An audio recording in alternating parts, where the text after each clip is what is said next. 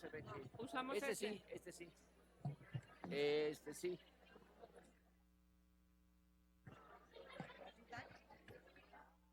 No va a dar.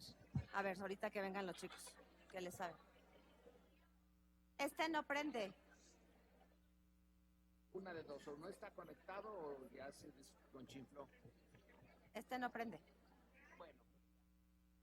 No. ¿Con uno? Ah, ok. Bueno. Este ya. Vamos a empezar. Sí, buenos días.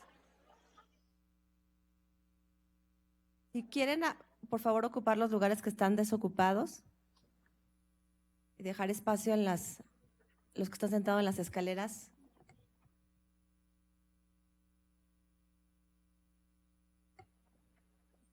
Bueno, vamos a empezar entonces con nuestra primera actividad de este semestre de la materia Política Exterior 2, como ya se ha vuelto una tradición en nuestras materias. Esta mañana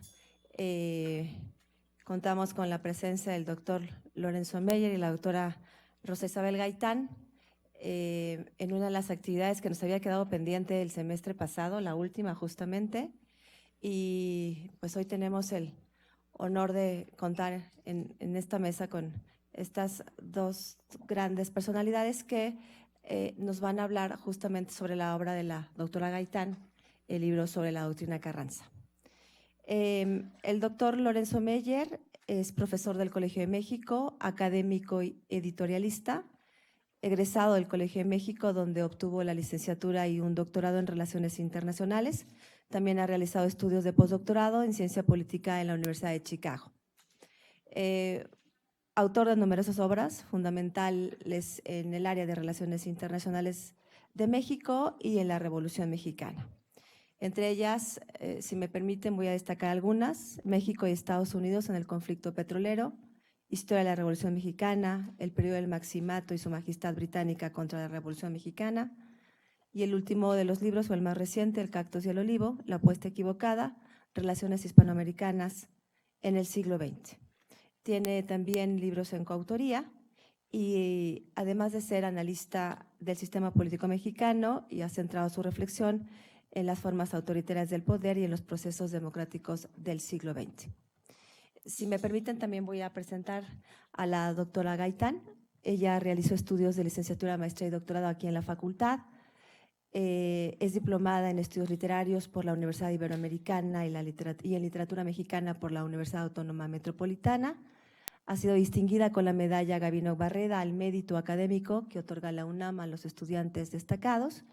Es profesora adscrita al Centro de Relaciones Internacionales y también profesora en el sistema escolarizado de la materia de política exterior y en el sistema de universidad abierta. Además del libro que vamos a presentar hoy, tiene otros escritos como Las relaciones comerciales entre México y Estados Unidos, 1867-1876, que forma parte de la colección del acervo histórico y diplomático de la Secretaría de Relaciones Exteriores. Pues sin más, vamos a dar inicio esta mañana a esta charla, esperando que pues llevemos, como siempre, nos llevemos gratas conocimientos de los expertos que tenemos con nosotros el día de hoy. Muchas gracias.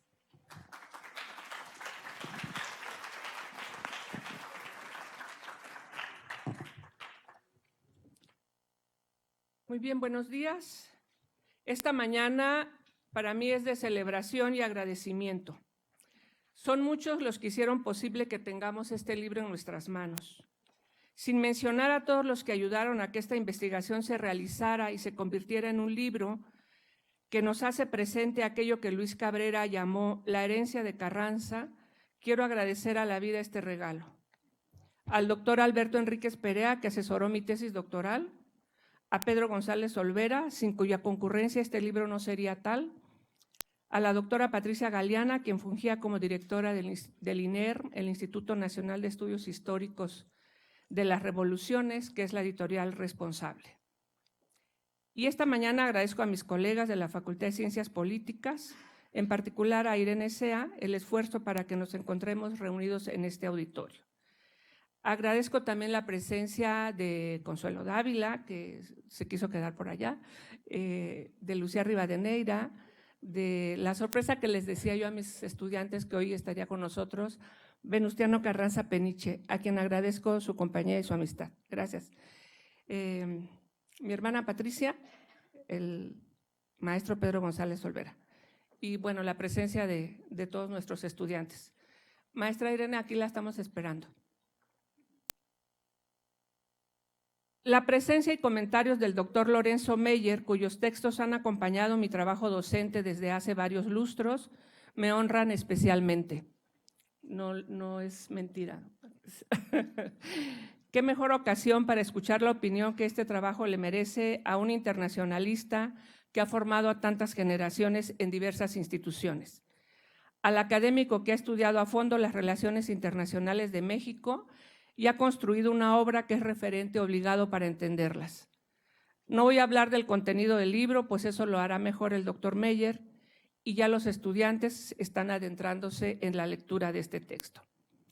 Quiero traer a esta mañana unos versos escritos por un hombre joven, provinciano, venido a la Ciudad de México con los aires que empujaron a muchos de la provincia hacia la capital. Ese que publicara en 1921 en la revista El Maestro, recién fundada por José Vasconcelos, un ensayo breve pero de grandes resonancias, Novedad de la Patria. Una vez que se acabó la guerra civil, el presidente Carranza había sido asesinado.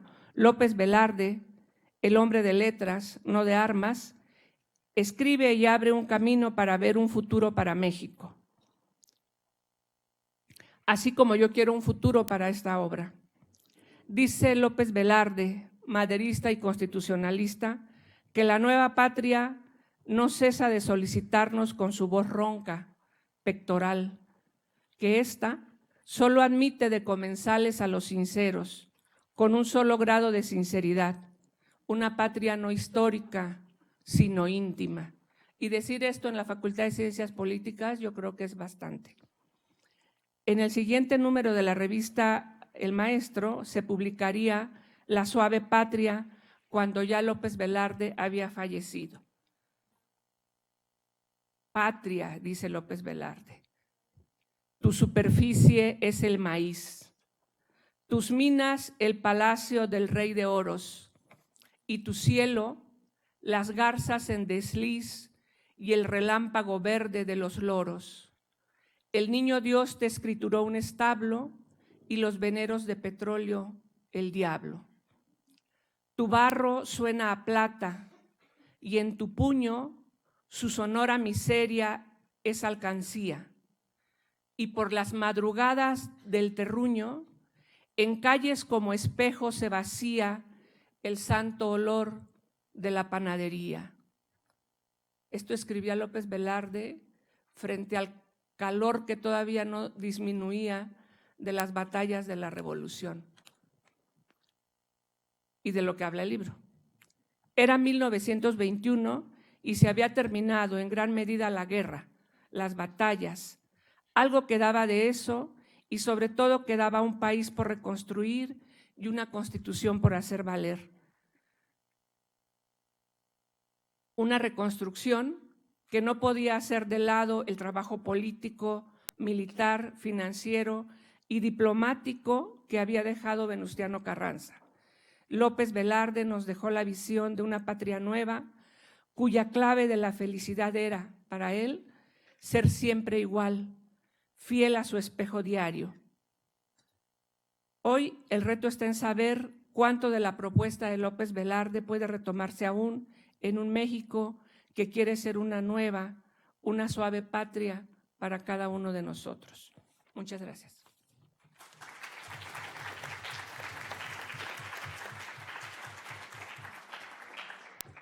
Doy la palabra al doctor Meyer. Gracias, buen día. Fíjense que no me había dado cuenta que aquí ya Andrés Manuel López Obrador ha hecho incursiones, porque aquí dice Mic Ganso, como me canso ganso, nada más que 4. Yo no lo sabía, que ya andaban hasta en los micrófonos, andan con él. Bueno, Debo de pedir una disculpa a la autora de este libro porque la presentación a la que me invitó se retrasó. Y se retrasó porque una escalera me traicionó, se vino abajo, conmigo arriba, y terminé en el hospital unos días y ya no se pudo hacer lo que, como se había programado. Se tuvo que retrasar, ni modo, la mala suerte. Pero bueno, ya estamos aquí. El libro ya ustedes, por lo menos el título ya lo conocen, deben de conocer luego el contenido. La doctrina Carranza, práctica internacional y legado doctrinario. En realidad, esta obra va más allá del título y busca poner a la doctrina Carranza en un contexto internacional y nacional más amplio, mucho más amplio. El lector aquilatará el valor. Aquí, si ustedes se meten a este libro, sabrán todo sobre Carranza, todo lo que quisieron saber, todo lo que no quisieron saber, todo lo que ni se imaginaron que podían saber está en el libro. Pero para empezar, ¿qué es la doctrina Carranza? Es una serie de principios más o menos claros y precisos formulados por Venustiano Carranza en 1918 ante el Congreso en un informe presidencial. Es decir, estos principios que están examinados en este libro arrancan cuando el régimen de la revolución era apenas una promesa, su etapa de juventud, de niñez, diría yo. Es el principio de un régimen que le ha arrancado el poder al porfiriato y los sucesores de Venustiano Carranza lo tomarían como una carta magna internacional de México. Aún resuenan los principios de Carranza en la Constitución.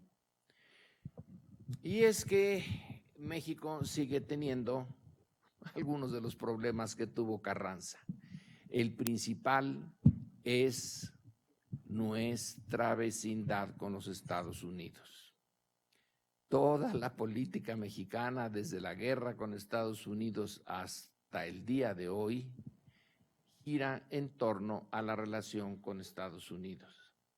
Desde luego que la relación bilateral es la obvia, pero todas las relaciones triangulares tienen a Estados Unidos en el vértice. Nuestra relación con Europa, con América Latina, con China, con quien ustedes lo piensen, al final es un triángulo. Estados Unidos está en todos lados para nosotros. Algunos de nuestros compatriotas se congratulan, dicen, uy, qué bien, ahí hay un mercadote, Disneylandia está muy cerca y es una ventaja que no tienen otros, pero tiene una enorme desventaja, que su sombra es de tal calibre que no deja crecer mucho. Una de los temas que debería de preocuparnos siempre, que es el de la soberanía. La soberanía, en el caso mexicano, siempre será relativa, porque siempre está Estados Unidos ahí. Bueno, ¿qué es la doctrina Carranza? Bueno, pues son 10 principios que están al inicio del libro, al final del libro, y sobre todo es lo que le da contenido al libro. Los 10 principios que la autora los pone muy bien en el cuadro número 47. Es un montón de cuadros el que tiene este libro. Unas cronologías para que el estudiante no se pierda. Y tenemos estos 10 principios, piénsenlos. Independencia como la esencia de la soberanía. Ya dije, la soberanía mexicana es relativa, pero bueno, hay que intentarla. La igualdad jurídica de las naciones, ese es un principio, que desde luego la igualdad jurídica no va a borrar la desigualdad real, pero bueno, de algo sirve insistir en la igualdad jurídica de las naciones. La inviolabilidad del territorio nacional, básicamente su inviolabilidad por una fuerza externa armada. Casi no ocurre ya, pero ocurrió y puede volver a ocurrir. Respeto al cuarto punto, respeto a la soberanía del proceso político nacional. Eso sí está difícil. Todo proceso político nacional importante tiene al mundo externo viéndolo.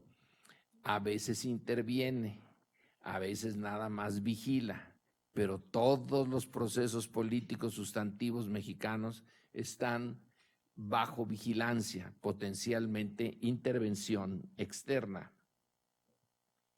El número 5, el ingreso de extranjeros inmigrantes debe sujetarse a las reglas impuestas por la autoridad. Bueno, ahora estamos en una época de ingreso y de ingreso masivo de ciudadanos no mexicanos a nuestro territorio, y vaya que si está siendo objeto de presiones externas.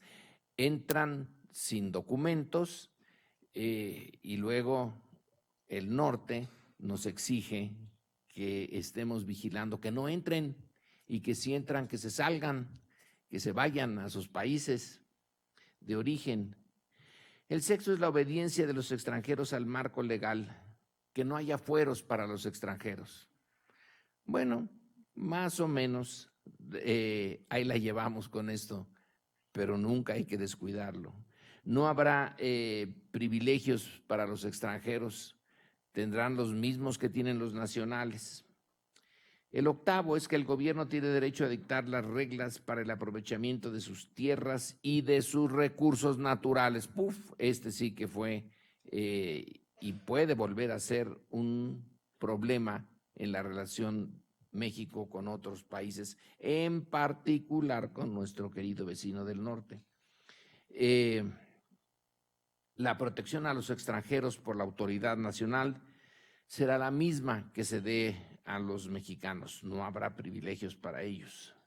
Y tercero, la protección, décimo, la protección diplomática es en realidad una continuación de la anterior. La protección diplomática a los extranjeros no puede exigir ningún privilegio sobre los que gozan los nacionales. Estos 10 principios son resultado de la experiencia de Carranza como primer jefe del Ejército Constitucionalista y luego como presidente de México, presidente ya constitucional, y no nada más de él, sino de la experiencia acumulada hasta ese momento, a todo lo largo del siglo XIX, y que el conflicto potencial está siempre allí y se lleva a la práctica durante la Revolución. Hay que considerar que antes de la doctrina Carranza ya tenemos varias doctrinas.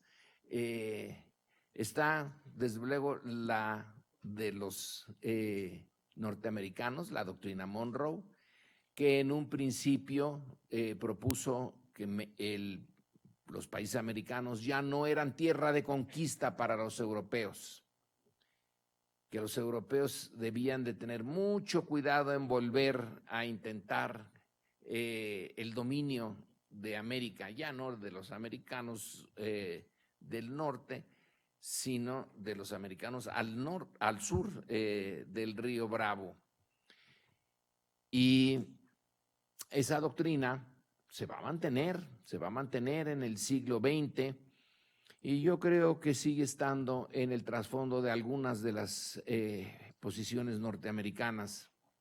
Durante la Guerra Fría, sirvió mucho, pero ahora a ellos, la América Latina nunca la reconoció. Y luego está la doctrina Drago, que la deuda externa no debe de dar pie a una invasión para cobrarla. México lo supo de esto cuando tuvo a los ingleses, a los franceses y a los españoles en Veracruz para cobrarse una deuda que no se podía pagar por las condiciones internas de México, pero Juárez tuvo que aceptar que si no le sacaba sangre a las piedras, ahí estarían las fuerzas externas para obligarlo, y de ahí se desprende la posición francesa, la aventura francesa para imponer un gobierno en México y que dio lugar a la intervención francesa en México. La doctrina Carranza, pues, es parte de esta serie de doctrinas, una norteamericana, las otras latinoamericanas. Todas ellas son defensivas, en principio. Claro que luego ya la doctrina Monroe se dio vuelo en justificar acciones norteamericanas en la América Latina. Para entender el valor y el contenido utópico, y aquí es lo que quiero poner sobre la mesa, la doctrina Carranza es utópica. No va a tener un contenido, no se va a hacer real en algunas de sus partes por la diferencia de poder, la asimetría de poder. Pero había que hacerla, Carranza la propone, y para entender esta doctrina, la autora se mete a la naturaleza del contexto internacional en que se dio, la naturaleza del imperialismo europeo y norteamericano. Hace mucho énfasis la autora en el contexto de este imperialismo capitalista. Yo diría que el imperialismo es capitalista y de cualquier otro contenido. Son las fuerzas de las grandes potencias. La Unión Soviética no se caracterizó por no ser imperial. Es ese poder enorme, esa simetría enorme del mundo internacional en la que tienen que vivir y sobrevivir países como el nuestro. En materia de política del poder, México seguía y sigue teniendo muy pocos elementos para defender estos 10 puntos de la doctrina Carranza. Sin embargo, y esta es la esencia del libro, Carranza logró defenderlos en un grado que es sorprendente, porque en esos años en que Carranza es el director de la política internacional de México, México no tiene Estado, se quedó sin Estado, al menos por un tiempecillo, y sin tener Estado y teniendo un ejército que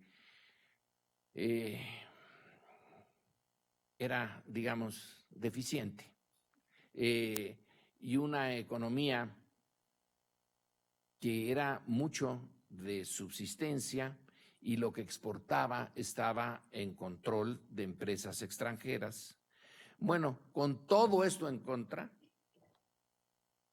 usó el contexto internacional lo mejor que pudo. Yo no tengo una admiración por Carranza como transformador de México, pero sí lo admiro como capaz de enfrentarse no solo a Estados Unidos, sino de una manera también interesante a Inglaterra, y ya en un lugar más secundario, a Alemania, a España, a Francia. Pero lo hizo teniendo muy pocos elementos de política del poder. No tenía ni el elemento militar ni el elemento económico. Los países con los que se enfrentó, luego lo veríamos en la Primera Guerra Mundial, tenían ejércitos, podían tener ejércitos de millones, y algunas de las armas que usaron México ni las conocía, no tenía ni idea realmente de que existían, o si los tenía, lo tenía de una manera teórica. qué acorazado tuvieron los marinos mexicanos, qué submarino tuvieron, la guerra con los gases venenosos en el frente occidental, pues nomás no era.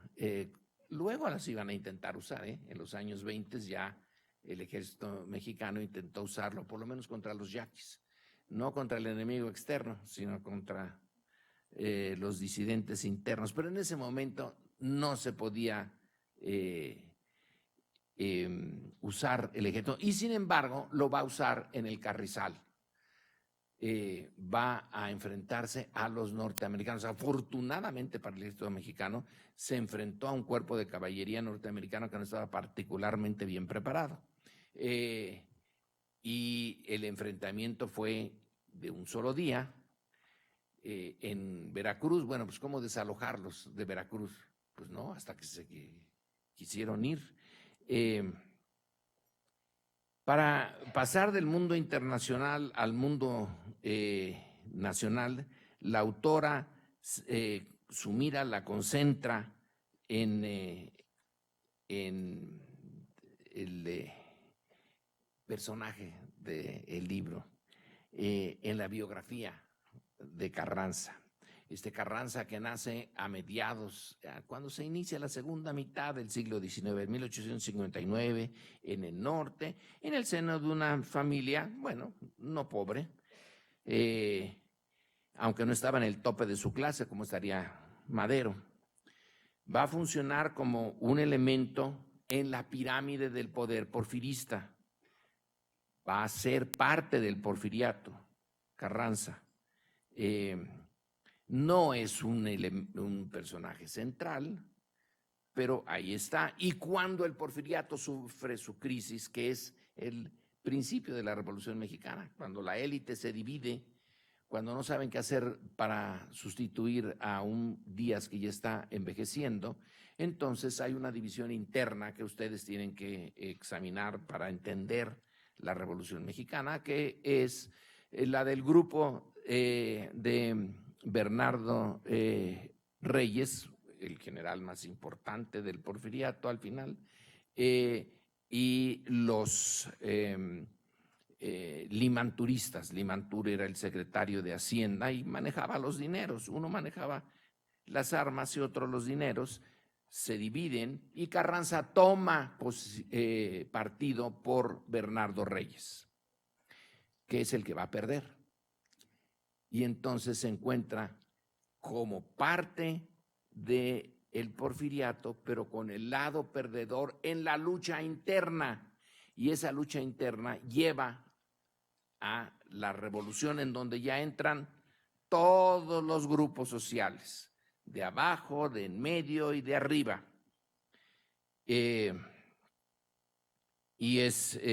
Carranza entonces toma, se adentra en la revolución, en la maderista, y va a ser gobernador de Coahuila. Primero gobernador provisional, luego gobernador constitucional, y aquí entra la historia, lo pone en una disyuntiva que le va a dar el lugar de histórico, el liderazgo que tiene a partir de entonces, y que es su enfrentamiento con Victoriano Huerta. Victoriano Huerta es la primera dictadura militar y la única que México ha tenido. México tuvo presidentes militares antes, pero no era realmente militarista el régimen que pensaban crear. El de Victoriano Huerta sí era el militarismo. Él era militar de carrera y pensaba como militar y actuaba en política como militar. Afortunadamente duró poquito este sistema. Pero Carranza es el símbolo de la oposición al militarismo huertista. Entonces va a entrar en el panteón de los héroes de la revolución por su oposición al golpe de Estado, al régimen militar de Huerta, y por su nacionalismo. El nacionalismo de la Revolución Mexicana tiene en Carranza no en Villa, no en Zapata, la mejor encarnación. En Villa y en Zapata tendrá la encarnación de otro tipo de políticas, de otro tipo de visión sobre el futuro. Pero en materia de nacionalismo es Carranza el que le da el cuerpo más acabado. La Revolución Mexicana fue nacionalista, todos eran nacionalistas, todos, pero unos tenían más capacidad de organizar y de expresar ese nacionalismo, y ese es Carranza. Es su voluntad, de su inteligencia para ir encontrando los espacios para su nacionalismo, aunque no tenía los instrumentos propios de una gran potencia, y logró capotear muy bien la tormenta internacional, no perder terreno, sino ganarlo en este objetivo central de la política exterior mexicana, que debería seguir siendo, sostener su independencia relativa, porque no se puede tener una independencia absoluta, frente a los Estados Unidos. Entonces, aquí tenemos en el libro los momentos en que se va formando ese nacionalismo, en el rechazar la interferencia externa, esa que lleva al asesinato de Madero y a la breve y brutal experiencia militarista y huertista, rechazar los términos que el mundo externo quiere imponer para lograr que la Revolución Mexicana ya se detenga, que la lucha de facciones ya no siga. Carranza va a no aceptar los términos que ese mundo externo encabezado por Estados Unidos quiere imponer, que se hagan, que se llegue a un acuerdo entre las facciones, que se lleven a cabo elecciones, que no sean los jefes revolucionarios parte de esa elección. Entonces no debía estar ni Villa, ni Carranza, ni Zapata. La ocupación de Veracruz, los términos en que se tiene que desocupar Veracruz, los términos para pues aguantar la expedición punitiva en Chihuahua en 1916 con el general Pershing al frente, y que buscaban a Villa por haber atacado Columbus en Nuevo México.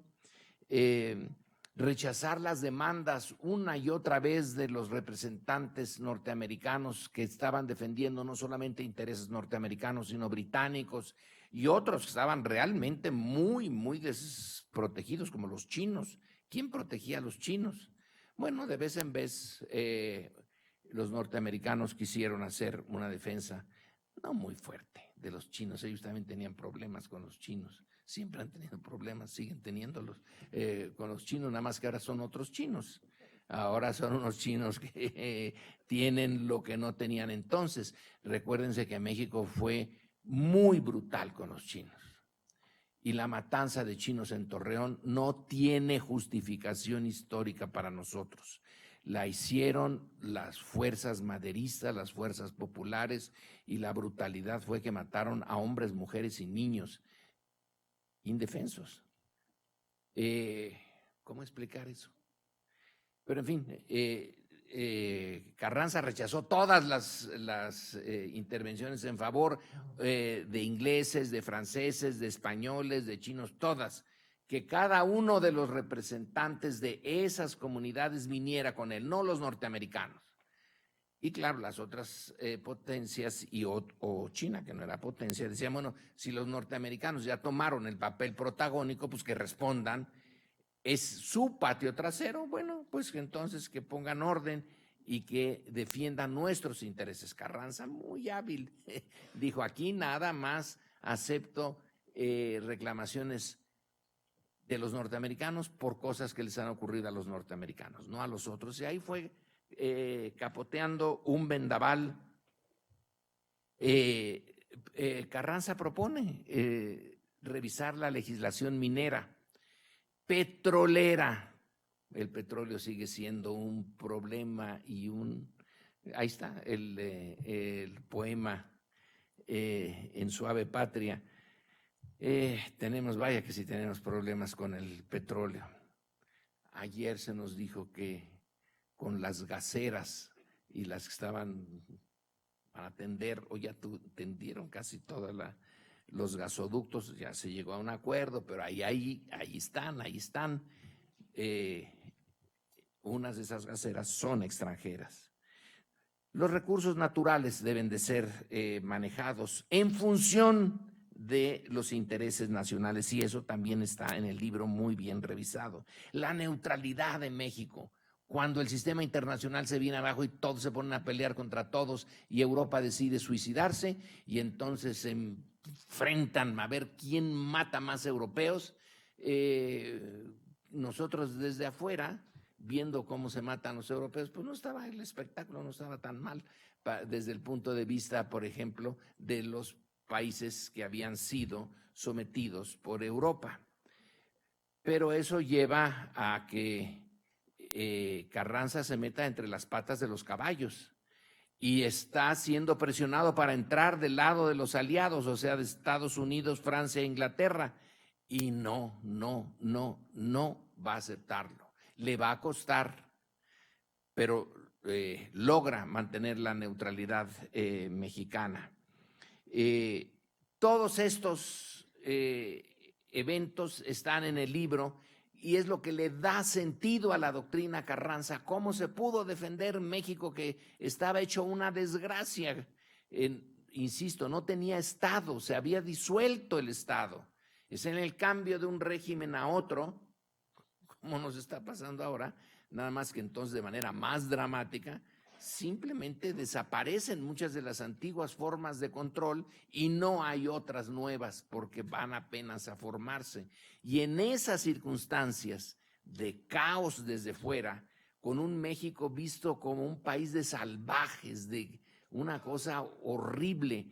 Claro que cuando la Primera Guerra Mundial estalló, ya los salvajes estaban en Europa matándose unos a otros, pero antes de que eso ocurriera, pues sí, México fue visto como un territorio comanche. No había quien se responsabilizara por eso, y los grandes, los adultos del sistema internacional tenían que intervenir, y Carranza los fue deteniendo. Bueno,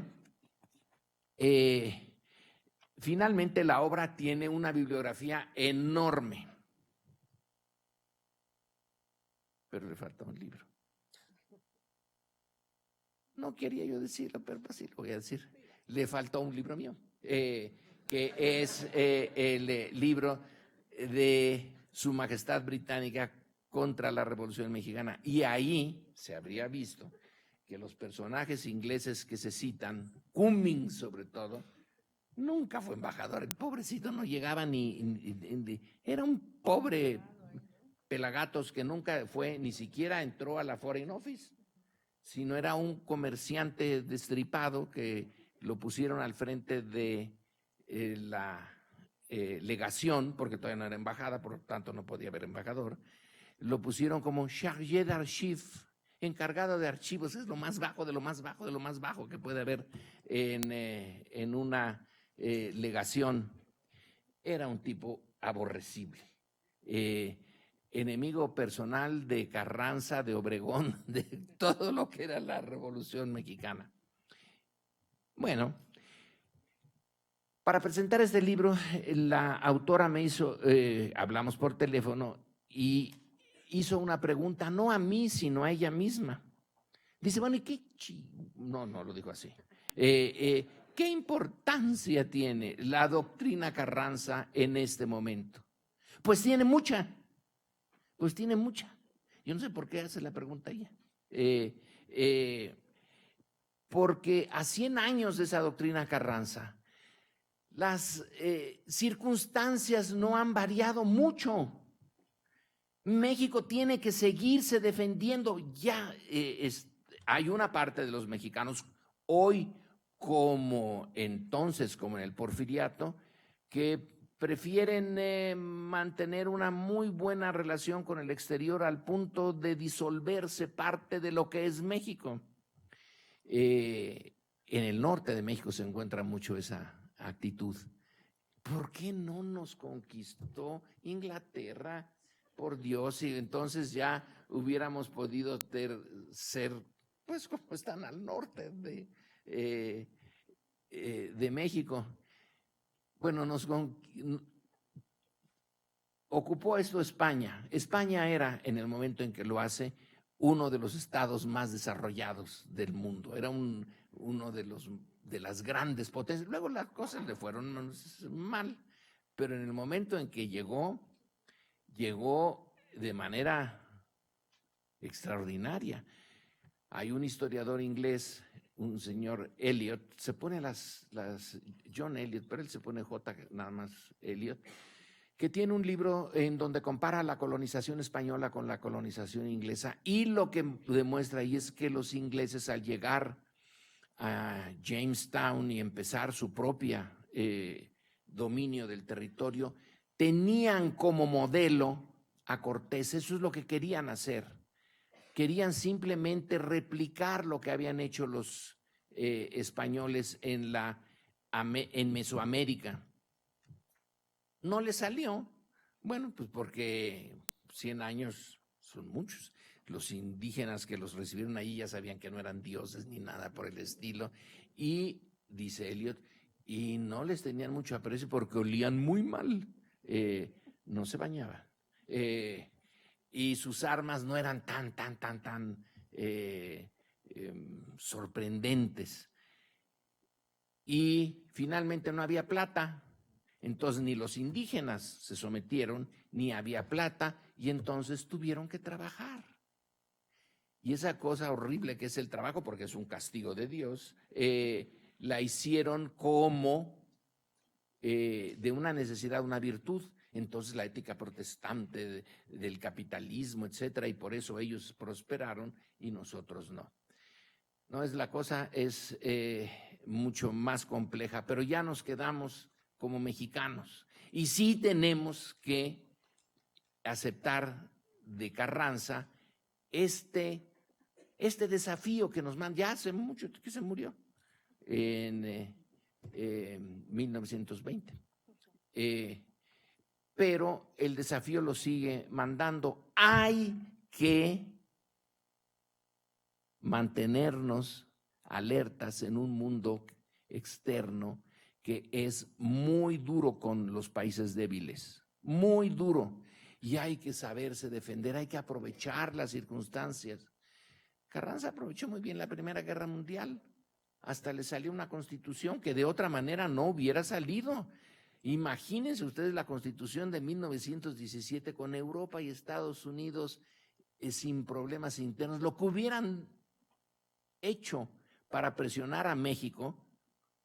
Recuerden que había tropas norteamericanas en Chihuahua cuando se estaba discutiendo la Constitución de 1916 y que no les gustaban algunos de los preceptos de esa Constitución.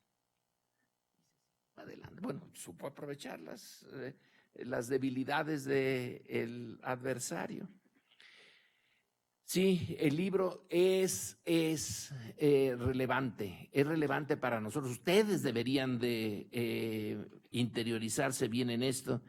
Y quiero terminar haciendo con una cita de William Faulkner, un novelista norteamericano que la trama de su obra literaria es el sur norteamericano. El sur, la parte traumatizada porque perdió la guerra, porque los ocuparon durante un tiempo, porque les pasó un poco lo que a nosotros, nada más un tiempo chiquito, pero a nosotros nos pasó un tiempo mayor. Él dice en una de sus novelas que se llama Requiem for a Nun, un requiem por una monja, dice: el pasado nunca está muerto, ni siquiera ha pasado. El pasado sigue siendo relevante para el presente. Interpretamos el presente en cierta medida en función de ese pasado. Los problemas que tuvieron han cambiado un tanto, pero no mucho respecto de lo que tenemos ahora. Por eso el estudio de la historia de nuestra política exterior tiene un sentido no nada más para nuestra cultura general, que sería bueno, está bien que también entre en eso, pero es en particular para entender el presente, de dónde venimos, cómo se plantearon los problemas, cómo se pueden enfrentar ahora, y el conocimiento de la historia de la política exterior mexicana es fundamental. Hay algunos de los presidentes que hemos tenido después de Carranza que no conocen la historia de este país y menos la historia internacional. Y así les fue. No crean que estoy refiriéndome a Fox ni nada por el estilo, pero por ahí va la cosa. Muchas gracias.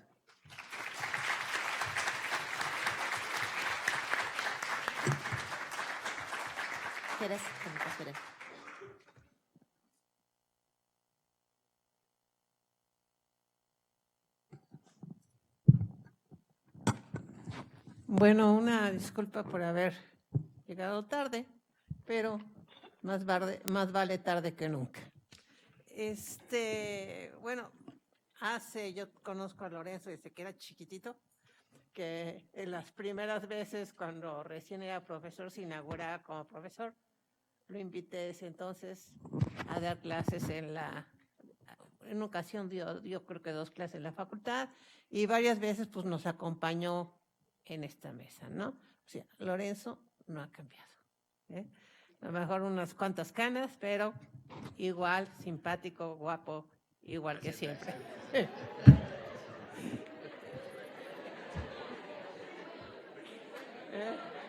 Ya con esto ya se hizo mi día, ya todo lo demás es lo de menos. Respecto a este tema, como lo planteaba Lorenzo, pensé, Carranza pone las bases de la discusión, pone la base de lo que sería la política exterior, o sea, de 1910 a 1920 es la etapa de la violencia, del caos, y a partir de cuando mueren todos los líderes empieza la etapa de la reconstrucción, ¿sí? Y yo veo que ahí que aparece una época dorada de la diplomacia mexicana. O sea, de 1920 más o menos hasta la expropiación petrolera, México va a discutir con los Estados Unidos cómo aplicamos, cómo ponemos en vigencia una constitución que es muy molesta y es muy lesiva para los estadounidenses. Y creo que México le va a ganar la partida a los Estados Unidos. ¿Y cómo lo hace? Mediante las negociaciones. O sea, no tenía otros elementos. Hay un libro ahí que dice México entre Hitler y Roosevelt, en donde se plantea, bueno, la grandeza de los diplomáticos mexicanos y cómo al final se va a llegar la aplicación plena, o sea, con la expropiación petrolera, ¿sí? Y bueno, ahí sientan las bases, o sea, no nos podemos poner a patadas con el gigante, o sea, vamos a hacer valer nuestros principios. Y creo que los hace valer. Y ahora, bueno, nos enfrentamos con un energúmeno, un loco desquiciado, pero realmente pues ya lo teníamos, el embajador Schiffel, por ejemplo, ¿no? O sea, racistas a más morir.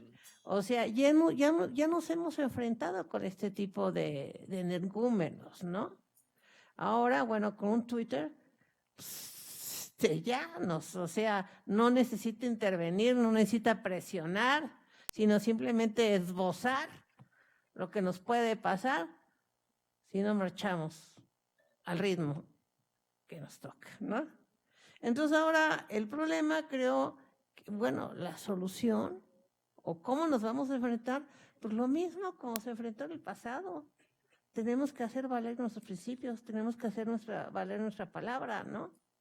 Y vamos a ver de qué manera, si se hizo en el pasado, bueno, yo creo que se puede hacer ahora. No sé, es como lo vea Lorenzo, o sea, yo veo es una época dorada de 1920 hasta la explosión petrolera. Al final México se impone y tiene mejores negociadores que los Estados Unidos. Y triunfa en la deuda, bueno, en todos esos aspectos álgido, y logra finalmente que México se le respete. Y por eso podemos hablar, es una política de principios. Y la herencia que después nos van a dejar los 7 principios, ¿no? Que no es una política defensiva, como dice Jorge Castañeda, o sea, los vamos a utilizar y los vamos a hacer valer. A veces, bueno, depende de la interpretación, pero no sé cómo lo vea Lorenzo. Ah, ya sirve aquel. Ah, ¿ya sirve? Ah, pero este no dice ganso. No, entonces este quiero. No, el de ganso, yo prefiero el de ganso. Este es el Ahora dice bueno. aquí, me canso ganso, Dice mic, pues, y luego una C de canso, y luego ganso, y luego un 4. Así que sí, este es.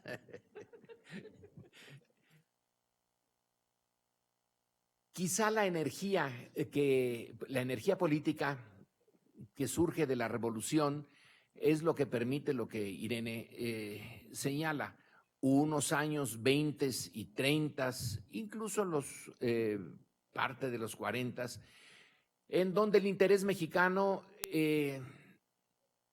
se hace realidad frente a Estados Unidos, pero también es la Segunda Guerra Mundial. Si no hubiera sido por esa... Bueno, cierto, por eso digo, hay que aprenderle a manejar las coyunturas. La Gran Depresión es lo que lleva a Roosevelt al poder. Si no hubiera habido Gran Depresión, los republicanos siguen, y esos no tenían ninguna gana de ceder ante México en ningún aspecto. Los años 20 son de dureza por los presidentes republicanos, pero se les cae el proyecto interno por su Gran Depresión, y sube alguien que citaba Irene un título entre Roosevelt y Hitler. A mí ya se me olvidó el autor de otro libro, pero que es muy bueno. Traidor a su clase, así le llaman a Roosevelt, porque venía de una clase alta, una clase muy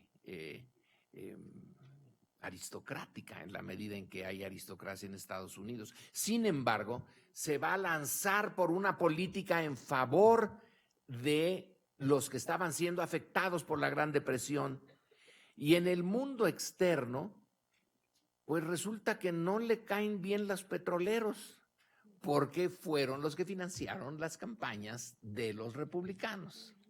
Entonces, se las va a cobrar, y manda como embajador a eso, que por cierto lo ha recordado Andrés Manuel, creo que en su mañanera de ayer, a Josephus Daniels. Bueno, es un embajador rarísimo, porque fue jefe de Roosevelt y en un momento toma una determinación que muy pocos embajadores en el mundo pueden tomar. Es un mensaje del Departamento de Estado exigiéndole a México que sí, bueno, está bien, ya expropió las empresas, pero las paga de inmediato. Quiero el pago de inmediato, cosa que no podía hacer México. Si no se paga de inmediato, entonces están violando las reglas del derecho internacional y se está cometiendo una confiscación, y Estados Unidos no puede permitir que confisquen unos paisitos ahí chiquitos los intereses de sus nacionales, de sus compañías. Y el embajador Daniels no presenta la nota de protesta. ¿Qué embajador? A ver, Piénsenle, ¿qué embajador va a decir, me mandas que yo haga esto? Pues no lo hago. Pues no lo haces, pues entonces de patitas a la calle, pero no podían poner de patitas en la calle a Daniels porque Roosevelt le llamaba chief, jefe, era mi jefe. Esas coyunturas, bueno, ahí sí, nosotros los ateos decimos también Dios nos ayudó porque en esas circunstancias hay un maridaje entre lo que queda de energía del nacionalismo revolucionario, pero del nacionalismo revolucionario de a de veras, no del que luego se va a seguir usando nada más como cobertura, y coyunturas internacionales que son bien aprovechadas. Las coyunturas pueden volver, lo que no es tan fácil es la energía interna para apoyar a un gobierno que se enfrente a Estados Unidos, porque es un proceso de movilización, de hacer ver al otro. Bueno, puedo obligar a México, pero el costo va a ser alto, y el costo va a ser quizá desestabilizar a México, y en el largo plazo no me importa, no tiene sentido. No me importa ganar en el momento si pierdo en el largo plazo la estabilidad de un país que es mi vecino y que no puedo quitármelo. Seré muy, muy, muy poderoso, pero no puedo mandar a México al Polo Norte o a la Antártida. Entonces tengo que también considerar los costos internos, y los costos internos dependen en buena medida de que haya una movilización dentro de México para apoyar a su política externa. A veces, piénsenlo bien, en los últimos años, a más de un gobierno no le conviene movilizar nada, porque luego esas movilizaciones se pueden revertir en demandas más serias. Pero sí, fue una época dorada de la diplomacia mexicana. Vamos a ver, pueden volver. No sé si volverán las brillantes golondrinas. Esas no son esas son las brillantes golondrinas. ¿A quién le paso? Bueno, ese ya funciona. Ok, bueno, pues vamos a aprovechar que está aquí el doctor Lorenzo Meyer y que ya lo pactamos hace un momento. Vamos a abrir un espacio para preguntas y respuestas. Algún comentario sobre lo que se ha dicho esta mañana, que creo que nos viene a ilustrar los temas que estamos comenzando a revisar en la materia de política exterior de México 2. ¿Alguien?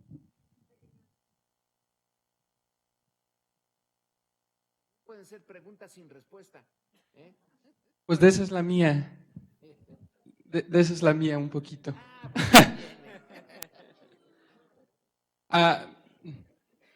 ¿Cómo estás, Lorenzo? Yo creo que tienes mucha razón en una cosa que dijiste al principio, y es que hay que analizar siempre la vida interna y la vida externa, ¿no? Para hablar de política exterior.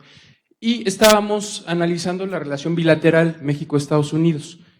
Yo creo que muchas veces, y sobre todo en este entorno en el que la hegemonía absoluta de Estados Unidos pues ya no lo es tanto, si bien sí en la región, en el mundo no.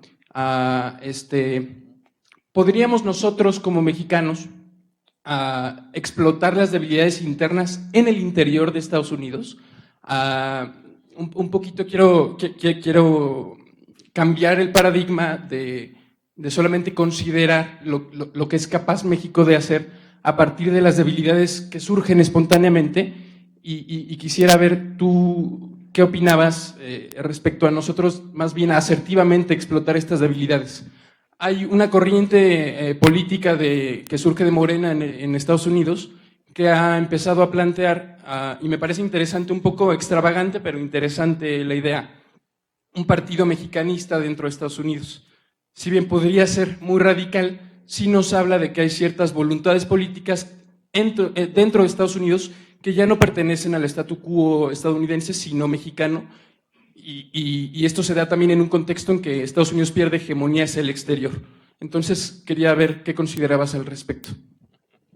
Está buena la no pregunta, sino la cuestión. ¿Y por qué no referirnos otra vez a Carranza? Carranza lo intentó con muy pocos recursos. Intentó canalizar, se necesitaba dinero también, a periodistas y a escritores para que presentaran en Estados Unidos una posición favorable hacia México. Obregón también lo intentó. Y ahí pagaban a posibles voceros norteamericanos de la posición mexicana. No creo que haya llegado muy lejos esto, pero por lo menos se intentó, eso sí, intentar neutralizar la mala opinión que se tenía de México con tratando de crear una opinión en Estados Unidos favorable. Pero los mexicanos en Estados Unidos entonces, porque la pregunta viene ahora, los mexicanos o de ascendencia mexicana no eran factor político en ese momento, ahora sí lo son.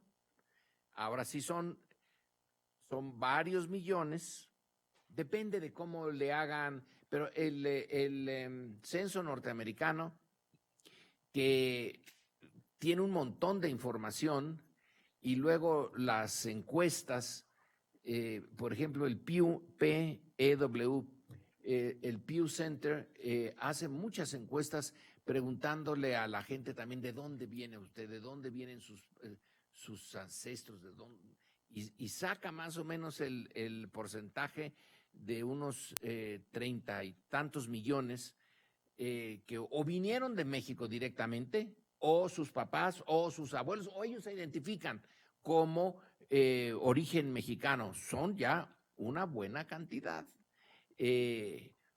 Pero para movilizarlos también ahora no se puede nada más con dinero, ahora hay que motivarlos. Y hay que motivarlos de tal manera que ellos consideren que no son peones del gobierno mexicano, que no están nada más ahí usando, pues órale, échenselo, búscate a Trump. ¿Y por qué yo? Diría el clásico. ¿Y por qué yo? ¿Qué es lo que me motiva a meterme a esta lucha, incluso arriesgarme un poco? Tiene que haber una legitimidad del gobierno mexicano, de la posición del gobierno mexicano. Y mientras no se construya esa legitimidad, no se va a poder movilizar mucho a los mexicanos al estilo israelí, que es el lobby que más se usa como ejemplo. Pero bueno, detrás de eso hay una historia, híjole, complicadísima y espectacular para dar esa solidez al grupo de origen israelí en Estados Unidos, además de que tienen dinero. Y los mexicanos en general no son precisamente muy adinerados, que digamos, pero sí son un montón. Y está el cubano, que eso es más bien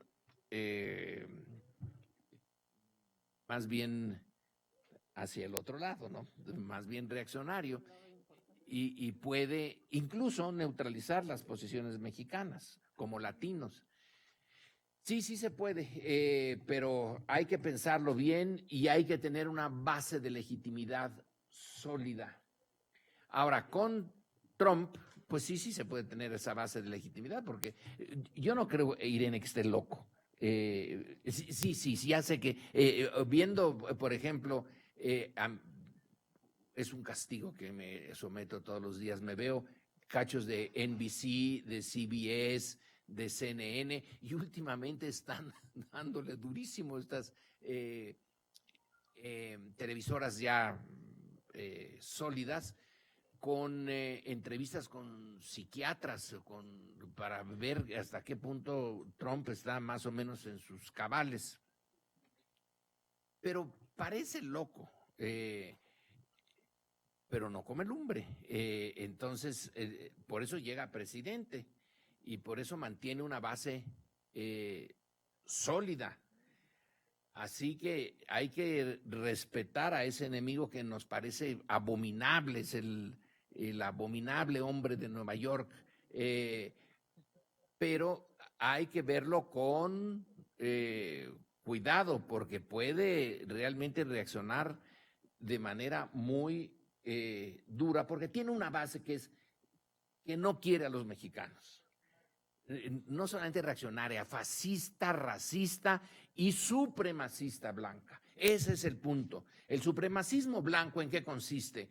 En que Estados Unidos, esos norteamericanos se consideran que sus forefathers, los pilgrims y los puritanos, etcétera, fueron blanquitos, y que ellos fueron la base sólida de una ética, de una visión del mundo, de una democracia, etcétera.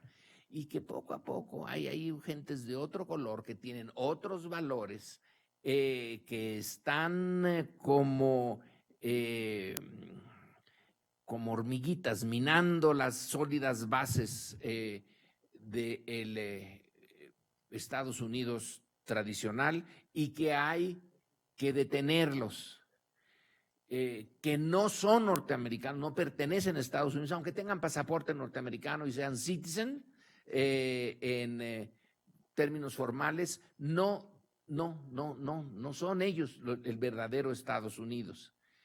Entonces esa base sí es una base durísima, a la cual no va a convencer ningún argumento moral, ni ninguno de los principios de Carranza, ni se los pueden mandar a paseo. No, estos son francamente duros. Es contra ellos con los que se tendría que enfrentarnos nosotros y los mexicanos o gentes de origen mexicano o latinoamericano que se identifiquen con una posición diferente. Hay un libro de un señor que se apellida, se llama George, se apellida Freeman, no Friedman, Freeman, y que se llama The Next 100 Years. Este es el jefe de una oficina de estrategia que está en Austin, y que hace un boletín, lo cobra, bastante caro, sobre todos los conflictos que hay en el mundo, todos, no hay un conflicto que no tenga ahí un reporte. Pero en ese libro está poniendo cómo Estados Unidos va a enfrentarse a varios países. El último capítulo de The Next 100 Years es la guerra con México. Y en parte es por lo que usted pregunta, porque va a haber una posición en los estados del sur norteamericano donde va a ir creciendo la población de origen latino, que se va a distanciar en sus posiciones políticas y valores de los Estados Unidos de más al norte, y va a tener una diferencia. Entonces la guerra con México no le importa a él mucho, porque bueno, pues sí tienen la capacidad de hacernos chilaquil cuando quiera, no tenemos armas capaces de enfrentarlos a ellos. Lo que va a tener problema es enfrentarse a sí mismo. A sí mismos. Va a ser una guerra interna e internacional. Bueno, esto parece demencial, pero viendo a Trump ya no está tan fuera de cálculos. Se los recomiendo nada más, véanlo, es el conflicto con China, el conflicto con India, el conflicto con Turquía y el conflicto con Rusia. Son los conflictos que él examina, los conflictos potenciales a lo largo del siglo XXI. Pero el último es con México. Y el problema es ese, que son ya muchos los latinos, en particular mexicanos, y esto viene también muy sofisticadamente analizado en el libro de Samuel Huntington, que es el máximo politólogo norteamericano de Harvard. Todo lo que es de Harvard es lo máximo, y que se llama Who Are We? Y en donde señala esto,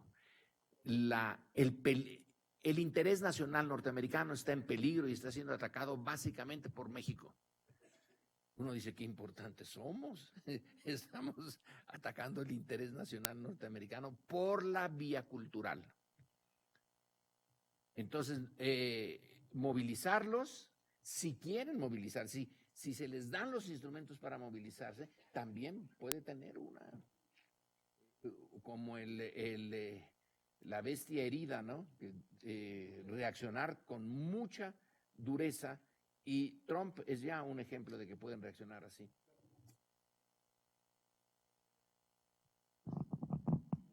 Ahí yo tendría una duda.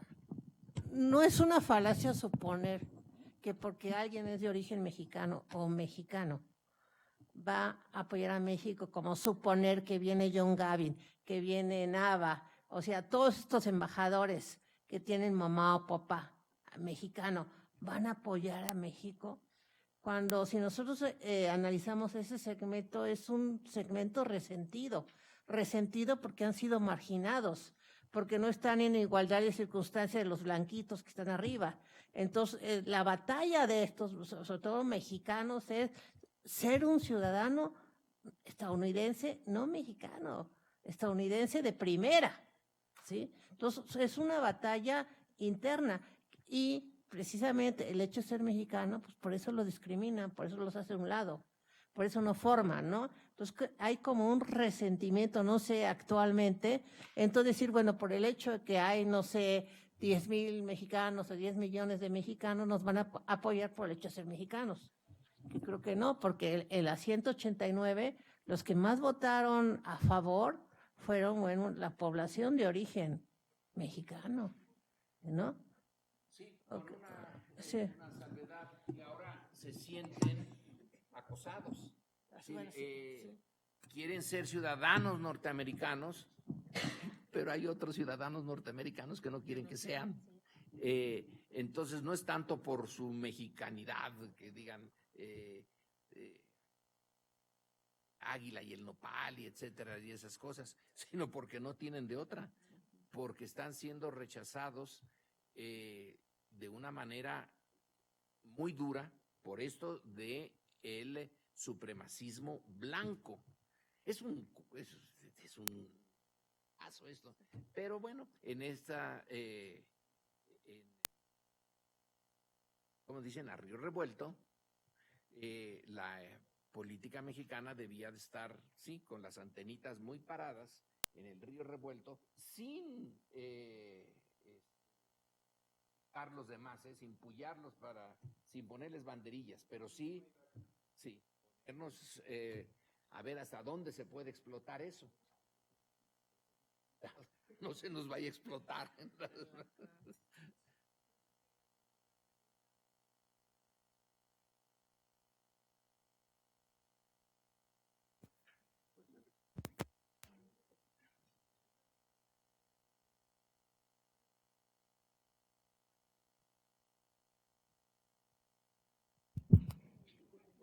Nada más una pregunta súper rápido. Es que la otra vez un profesor de economía nos como planteaba la idea de qué pasaría si actualmente Carranza siguiera vivo y tuviera que enfrentarse a Donald Trump. O sea, como qué pasaría un encuentro entre ellos dos.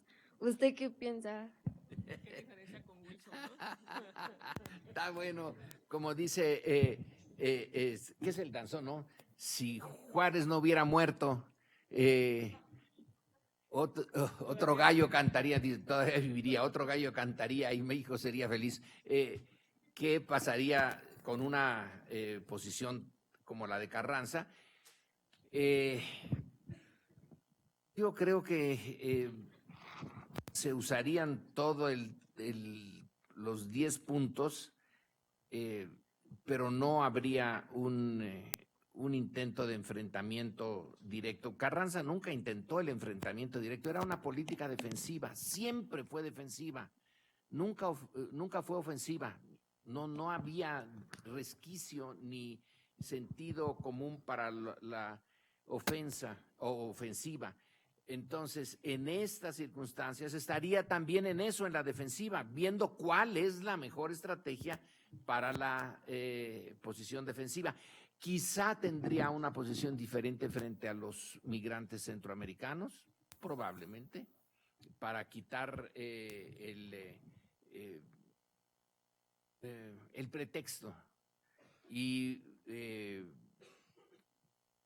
sellar la frontera sur, pero frente a cosas como el narcotráfico y el comercio de armas, pues ¿qué hubiera podido hacer Carranza?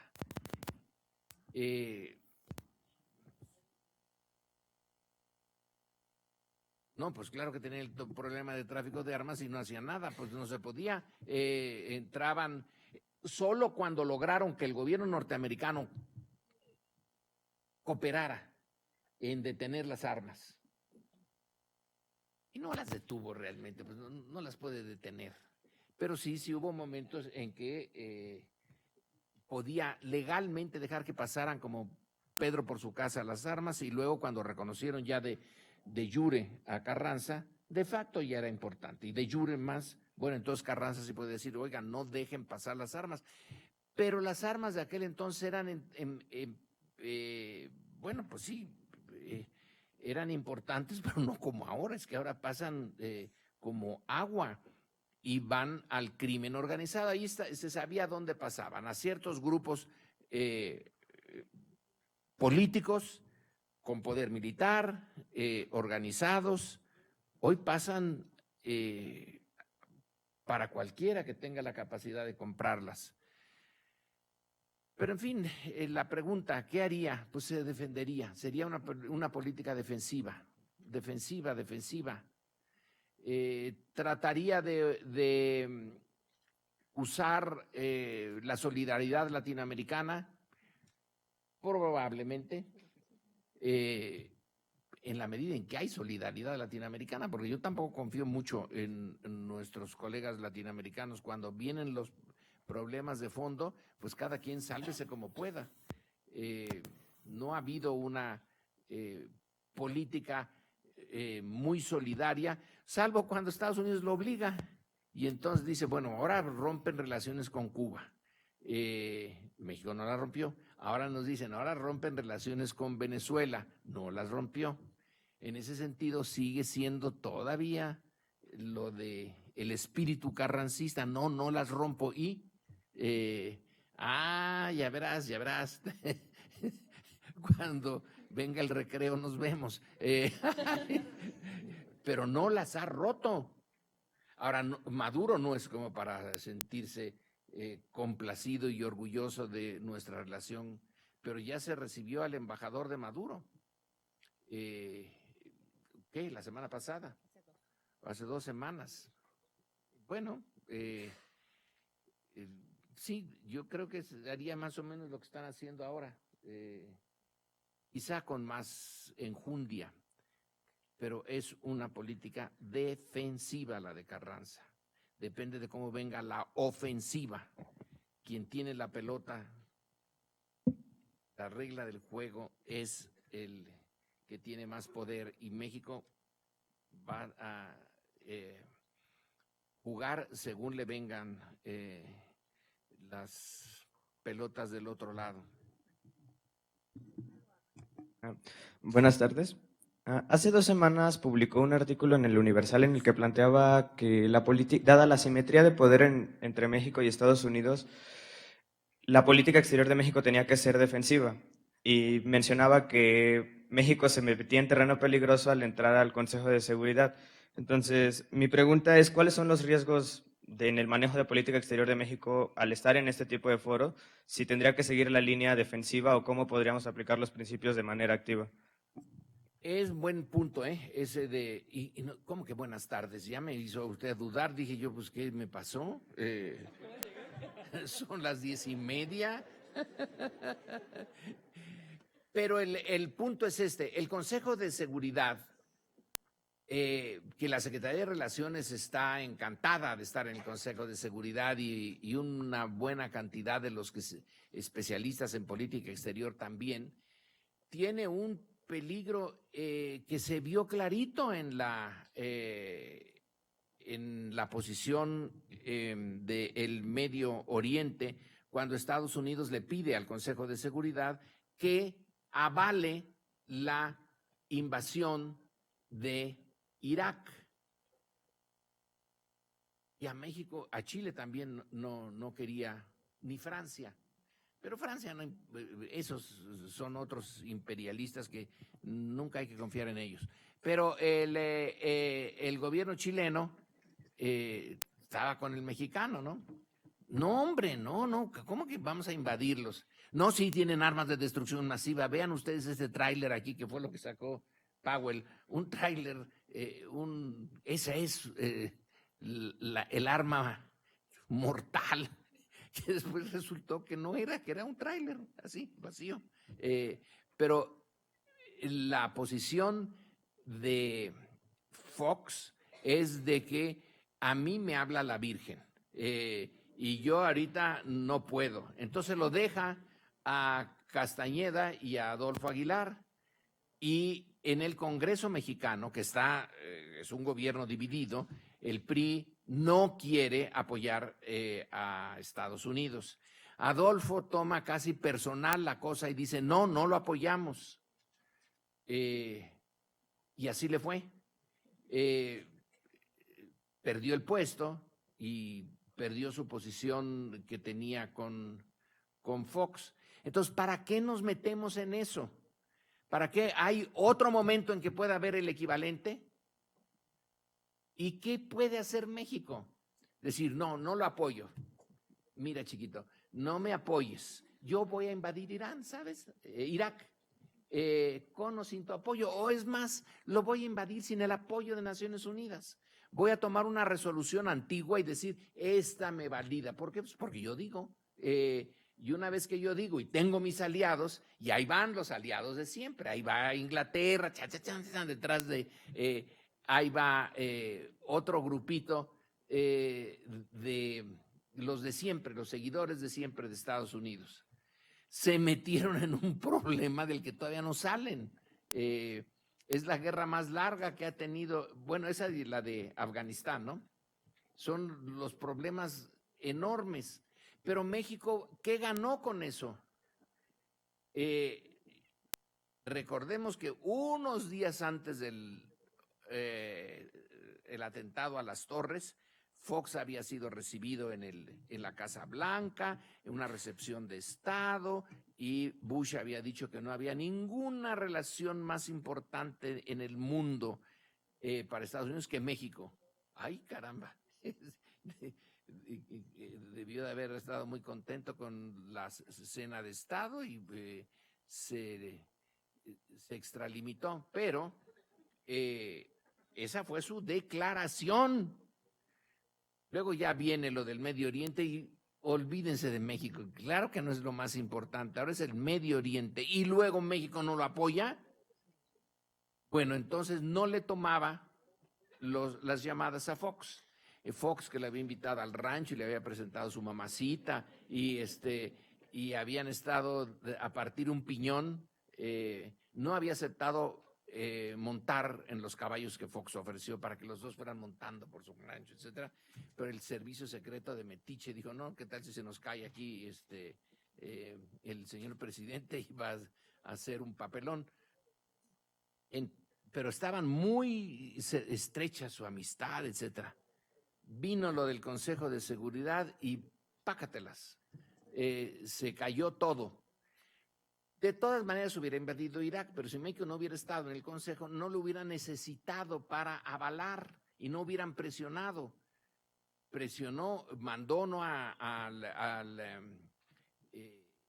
Aznar de España para que directamente presionara a México para apoyar a Estados Unidos, como los españoles lo estaban haciendo, que yo no veo a los españoles para que se metieron en eso, ni que hayan sacado de eso, ni nada.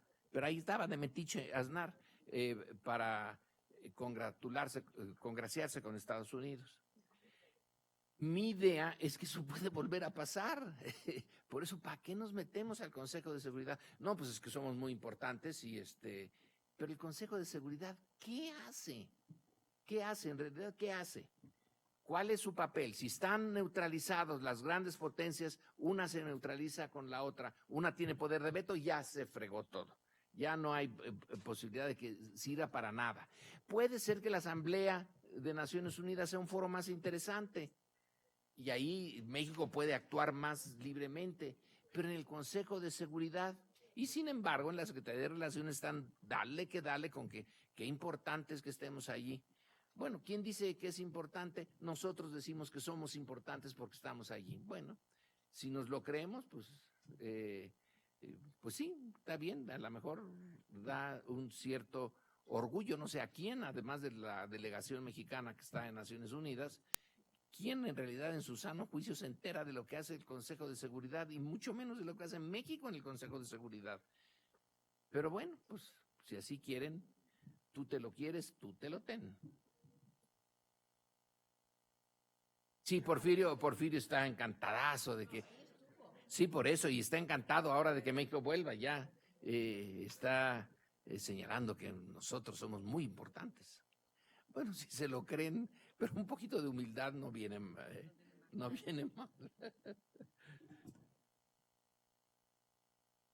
¿Nadie más? Bueno, pues, ¿quiere hacer? Ahora,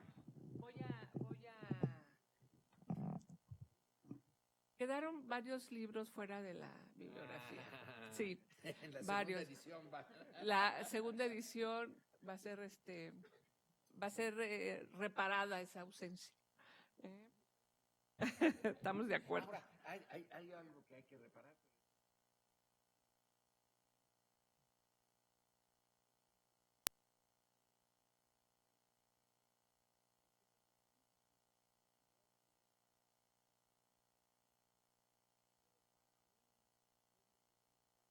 Es importante, Lindsay.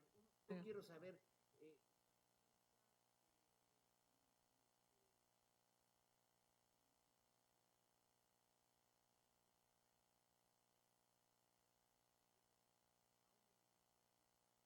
Ya te lleva. Uh-huh. Bueno, y también ahí en esa edición falta algo que sí estaba originalmente, que es un índice de cuadros y anexos. También, que no está. Un montón de cuadros, sí. Que uno no Yo sabe creo que está. se ahorraron 10 páginas. Se ahorraron 10 páginas Sí. lo de la editorial, Sí. ¿no? Porque de por sí, bueno, ustedes ven ya es un libro gordito, ¿no? Pero bueno, otras ediciones serán mejores, espero.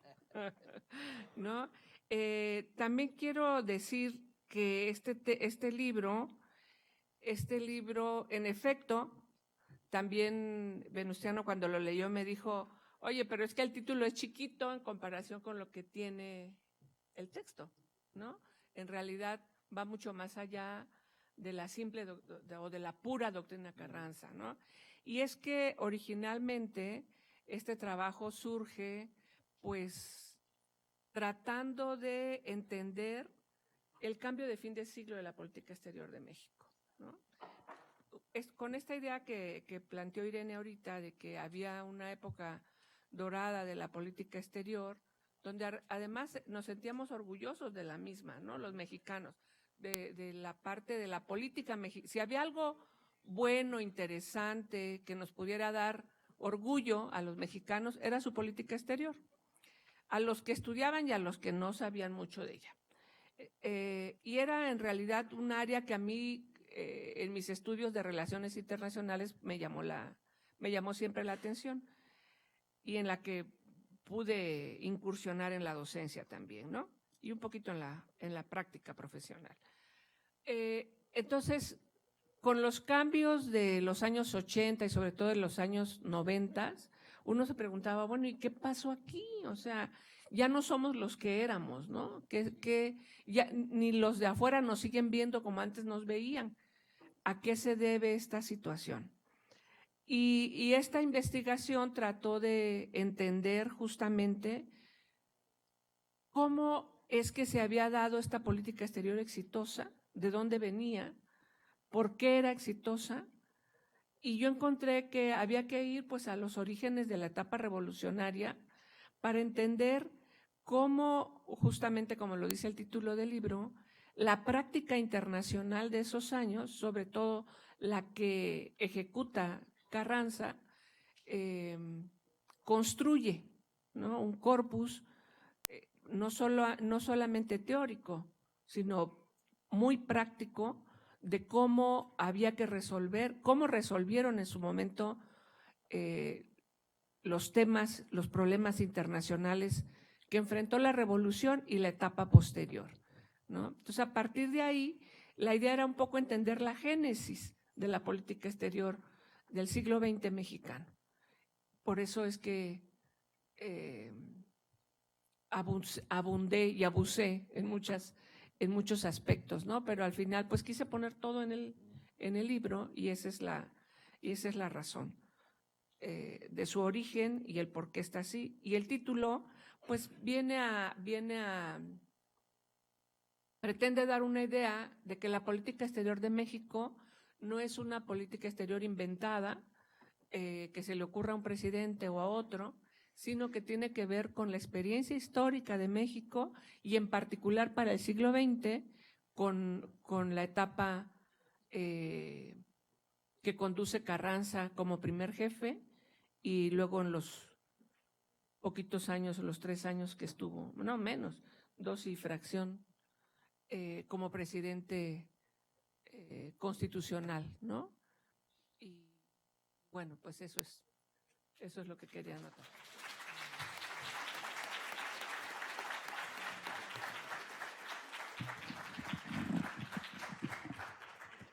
Bueno, nosotros inauguramos con esta conferencia la serie de actividades que vamos a tener en política exterior, o sea, muy bien. Y simplemente quería, bueno, agradecer a la audiencia, se portaron bien, o sea, 0 celulares, una comida, no, bueno, algunos se salieron, pero bueno, ya se les leyó la cartilla, ¿no? En nombre de la directora, bueno, les agradezco a la autora Rosa Isabel Gaitán y a nuestro invitado, Lorenzo Meyer. Muchas gracias. No, es el póster.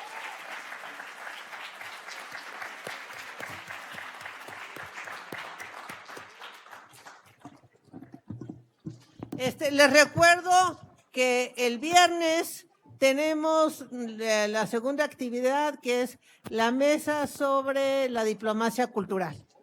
Entonces nos vemos el viernes.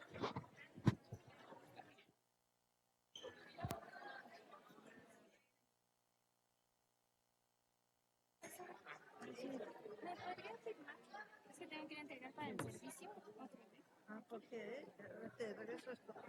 ¿Cuál está? ¿De qué? Es que lo vamos, o sea, lo que pasa es que solamente tenemos actividades. ¿Tú estás tomando política? Ah, bueno, lo vamos haciendo, o sea, ella lo sabe.